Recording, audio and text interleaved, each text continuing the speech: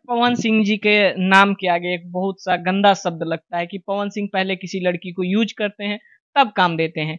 क्या आपके साथ भी ऐसा कुछ हुआ? मुझे बोला गया था कि आपको तो पता है इस लाइन में क्या होता है, तो मैंने बोला नहीं नहीं पता है क्या होता है।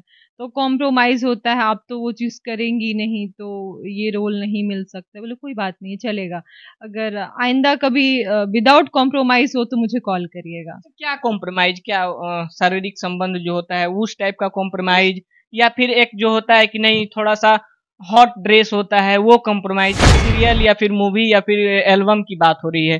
कुछ थोड़ा हमारे दर्शकों को। मैं किसी के ऑफिस में गई थी वहां पे मिलने के लिए, तो वहां पे वो सीन चल रहे थे सारी चीजें, तो उन्होंने बोला कि इसमें दो हीरोइन है और एक शायद काजल राघवानी या कोई थी मुझे नहीं पता, और एक आप हो जाना, लेकिन इसमें तो ऐसा है प्रोड्यूसर का डिमांड है, आप तो प्रियंका जी करेंगी नहीं। मैंने बोला हाँ सर ये बात तो है, मैं करूंगी नहीं, नेक्स्ट टाइम अगर कभी ऐसा रहा तो आप मुझे कॉल करिएगा। मेन लीड में कौन थे? शायद चिंटू जी है, जिसमें पवन जी हैं, मैं हूँ, तो उसके बाद मुझे सीरियल करना ही नहीं था। और मैं पवन जी की बहुत बड़ी फैन रही हूँ हमेशा से, मैं उनको लाइक करती थी, अच्छे हैं मीन्स की। तो मैंने उनका नाम सुना और वो सीरियल छोड़ के मैं डायरेक्ट मूवी साइन कर ये अभी हम आ चुके हैं एक ऐसे शख्स के पास जिन्होंने अनेक फिल्मों में काम किया है, अनेक एल्बम में काम किया है। आपको पहले तो नाम नहीं बताएंगे, पहले ये पूरा घर दिखाएंगे और उस खूबसूरत जो जिस खूबसूरत चेहरे का बात कर रहे हैं वो तमाम फोटो भी आपको नजर आ रहे होंगे। साथ में अनेक चीज भी देखने को मिल रहा होगा, लेकिन एक यूनिक चीज भी देखने को आपको मिलेगा।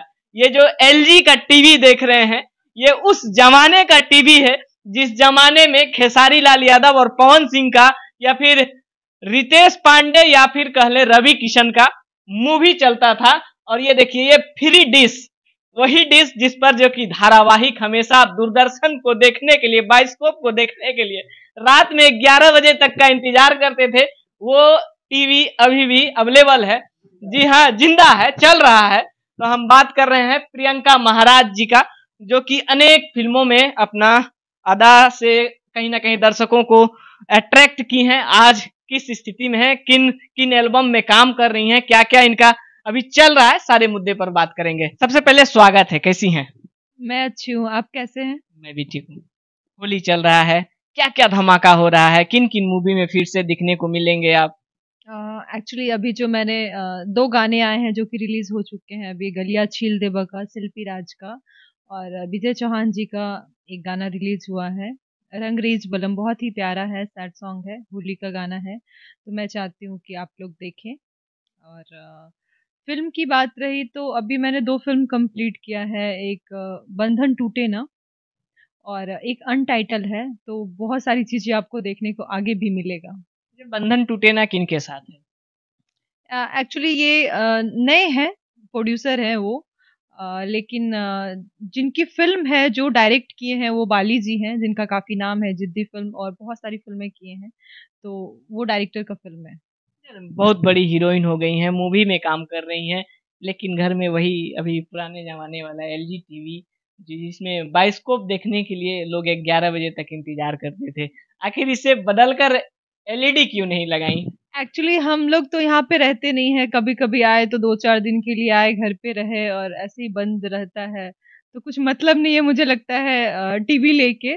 और कहीं ना कहीं ये पुरानी यादें भी हैं जो बहुत पहले था, और तब से संभाल के मेरी मम्मी ने रखा है, तो मम्मी कहती है नहीं रहने दो रहने दो, कोई देखता नहीं है मीन्स की रहने दो, तो मैंने भी बोला ठीक है ओके तो मम्मी इसीलिए। आपको पहली बार इस टीवी पर कब देखी थी, कुछ याद वाद है, या फिर कोई ख्याल जो सजा उजा कर रखी हो सकता हो मम्मी इस याद को नहीं खोना चाह रही? मे बी अब ये तो मुझे लगता है डिटेल मम्मी से पूछना पड़ेगा मुझे भी पता नहीं है ये सारी चीजें। बिल्कुल, मम्मी भी सामने में है, पूछेंगे भी उनसे, हाँ लेकिन जी। सबसे पहले आपसे सारी बातचीत हो जाए। जी। पवन सिंह जी के साथ काम कर ली हैं, किन किन के साथ काम कर चुकी हैं अभी तक? पवन जी के साथ किया, फिर खेसारी जी के साथ काम किया, उनके साथ स्टेज शो किया है, और कल्लू जी के साथ, रितेश जी के साथ, लगभग जो भी स्टार है काम कर लिया है। देख, ये वही चेहरा है, ये वही प्रियंका महाराज हैं जो खेसारी जी कहीं ना कहीं कॉमेडी के माध्यम से जाने जाते हैं, कॉमेडियल रूप से अपने आप को प्रेजेंट करते हैं दर्शकों के बीच में इंटरटेन कराने के लिए। खेसारी जी के साथ क्या कुछ धमाका होने वाला है? अभी तो मुझे खुद भी नहीं पता है कि खेसारी जी के साथ क्या धमाका होने वाला है, लेकिन हाँ, बहुत जल्द कुछ ना कुछ तो आएगा, क्योंकि अभी बातचीत चल रही है। तो अभी मैं ये सारी चीजें क्लियर नहीं कर सकती हूँ जब तक मैं कंफर्म ना हो जाऊं। ज्यादातर पटना रहती हैं या दिल्ली रहती हैं या फिर मुंबई रहती हैं? ज्यादातर तो एक्चुअली मुंबई ही रहती हूँ, और अभी जैसे गाना अभी स्टार्ट हो गया है, तो दिल्ली, पटना, बनारस, ये सारी चीजें मतलब जगह लगी रहती है। जर्नी कैसे स्टार्ट हुआ? भोजपुरी को कहते हैं लोग कि बहुत ही वल्गरिटी है, बहुत ही अशब्द भरा सॉन्ग आता है, यहाँ पर एल्बम आता है, तो इस इंडस्ट्री में आई कैसे, शुरुआत कैसे हुआ? शुरुआत तो एक्चुअली थिएटर से हुआ था, और मुझे कहीं ना कहीं मिस इंडिया बनना था। और एक इसी पे आता था सीरियल, मैं बनूंगी मिस इंडिया, जो टीवी का आप बहुत नाम ले रहे हैं, दिखाए भी लोगों को। तो इसी पे देखा था, और उसमें पाकी हेगड़े जी थी। तो वहीं से देख के मुझे लगा कि मुझे भी करना है, और कहीं ना कहीं मैं वहीं से एक्सपायर होके स्टार्ट कर दी करना। तो उसके बाद जो मेरा पहला सीरियल था, जब सखी बनली सौतन, वहां से मेरा जर्नी स्टार्ट हुआ। और जिद्दी फिल्म जो पवन जी विराज भट्ट के साथ था, वहां से स्टार्ट हो गया। यानी कि भोजपुरी की करियर कहीं ना कहीं सीरियल से पहले स्टार्ट हुआ। हाँ जी, जी। वो कह सकते सीरियल हैं। वो सीरियल जो आया था, कब तक चला था? अभी अगर आपको देखना चाहें लोग नहीं, तो कैसे देख सकते हैं? मुझे लगता है कि वो शायद अभी भी डीडी यूपी पे चल ही रहा है, बट वो एक्ट्रेस चेंज हो गई है। एक्ट्रेस चेंज हो गई है? हाँ, बाकी आखिर वो क्या सीरियल क्या कारण हो गया कि प्रियंका महाराज को हटाकर फिर दूसरे एक्ट्रेस को ला दिया गया? नहीं, नहीं, एक्चुअली जब मैं वो नेपाल में शूट चलता था, वाल्मीकि नगर में, तो वहाँ पे जैसे ही विराज जी आए और मुझे बताएं कि एक फ़िल्म है जिसमें पवन जी हैं, मैं हूँ, तो उसके बाद मुझे सीरियल करना ही नहीं था। और मैं पवन जी की बहुत बड़ी फ़ैन रही हूँ हमेशा से, मैं उनको लाइक करती थी, अच्छे हैं मीन्स की।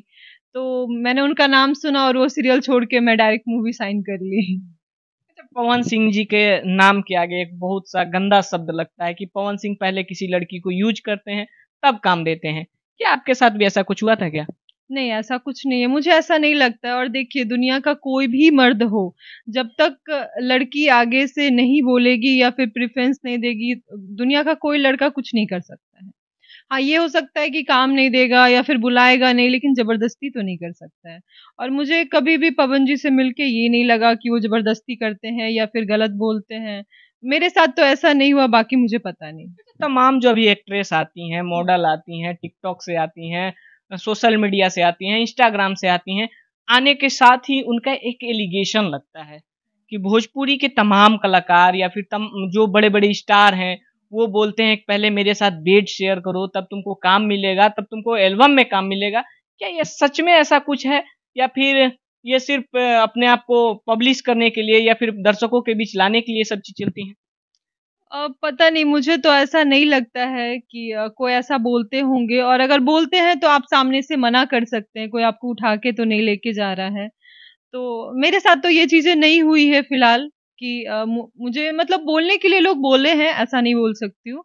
लेकिन ज़बरदस्ती ये चीज़ें होती नहीं है, जब तक आप ना चाहें, तो आपके साथ ये चीज़ें नहीं होगी। और सबके साथ मुझे नहीं लगता है कि ये सारी चीज़ें होती है, क्योंकि टैलेंट बहुत ज़रूरी है, पेशेंस बहुत ज़रूरी है, फैमिली का सपोर्ट बहुत ज़रूरी है। तो ये कुछ भी नहीं है, और लोगों को ही लगता है, मुझे लगता है लड़कों से ज़्यादा लड़कियाँ ही खराब है। कुछ लड़कियाँ, मैं सबकी बातें नहीं कर रही हूँ, कि उनको शॉर्टकट जाना रहता है, उनको लॉन्ग कट जाना ही नहीं है। तो फिर आपके ऊपर डिपेंड करता है, आपको लालच है, आपको पैसे चाहिए, आपको उस मुकाम पे पहुँचना है, और ये सारी चीज़ें करने के बाद भी आप उस मुकाम पे तो नहीं हैं। अच्छा, अभी एक बात बोली कि मुझे भी बोला गया था, तो वो समय कैसा लगा कि मतलब कि हम यहाँ आए हैं अपने टैलेंट के दम पे, या फिर थिएटर, अब जैसा बता रही हैं थिएटर करके आई हूँ, या फिर एक बढ़िया सीरियल में काम करके आई हूँ। जब वो चीजें आपके सामने आई कि नहीं प्रियंका महाराज को ये चीज करना है, तब आपको आपको आगे काम मिलेगा, पल थोड़ा सा हमारे दर्शकों को जाहिर कर सकती हैं, कैसे उसको इग्नोर की या फिर कैसे उसको डिनाय करके फिर अपना काम को आगे बढ़ाई? नहीं, जैसे मुझे बोला गया था कि आपको तो पता है इस लाइन में क्या होता है, तो मैंने बोला नहीं, नहीं पता है क्या होता है।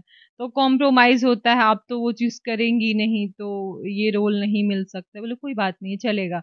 अगर आइंदा कभी विदाउट कॉम्प्रोमाइज़ हो तो मुझे कॉल करिएगा। तो क्या कॉम्प्रोमाइज, क्या शारीरिक संबंध जो होता है उस टाइप का कॉम्प्रोमाइज, या फिर एक जो होता है कि नहीं थोड़ा सा हॉट ड्रेस होता है वो कॉम्प्रोमाइज, ये किस प्रकार का एक्चुअली कॉम्प्रोमाइज? मैं डिटेल में जाना ही नहीं चाहती थी, वो जैसे ही कॉम्प्रोमाइज बोला मैं वहां से निगलेक्ट कर दी और वहां से मैं निकल गई। ये कौन सा सीरियल या फिर मूवी या फिर एल्बम की बात हो रही है? कुछ थोड़ा हमारे दर्शकों को। मैं किसी के ऑफिस में गई थी वहां पे मिलने के लिए, तो वहां पे वो सीन चल रहे थे सारी चीजें, तो उन्होंने बोला कि इसमें दो हीरोइन है और एक शायद काजल राघवानी या कोई थी, मुझे नहीं पता, और एक आप हो जाना, लेकिन इसमें तो ऐसा है प्रोड्यूसर का डिमांड है, आप तो प्रियंका जी करेंगी नहीं। मैंने बोला हाँ सर ये बात तो है, मैं करूंगी नहीं, नेक्स्ट टाइम अगर कभी ऐसा रहा तो आप मुझे कॉल करिएगा। मेन लीड में कौन थे? शायद चिंटू जी थे। यानी कि ये पर्दे के पीछे के जो कहानी होती है, हम लोग तो नहीं जानते हैं। हम लोग सिर्फ ये देखते हैं कि ये मूवी आई, ये सीरियल आई, ये एल्बम आए, लेकिन ये सच्चाई है।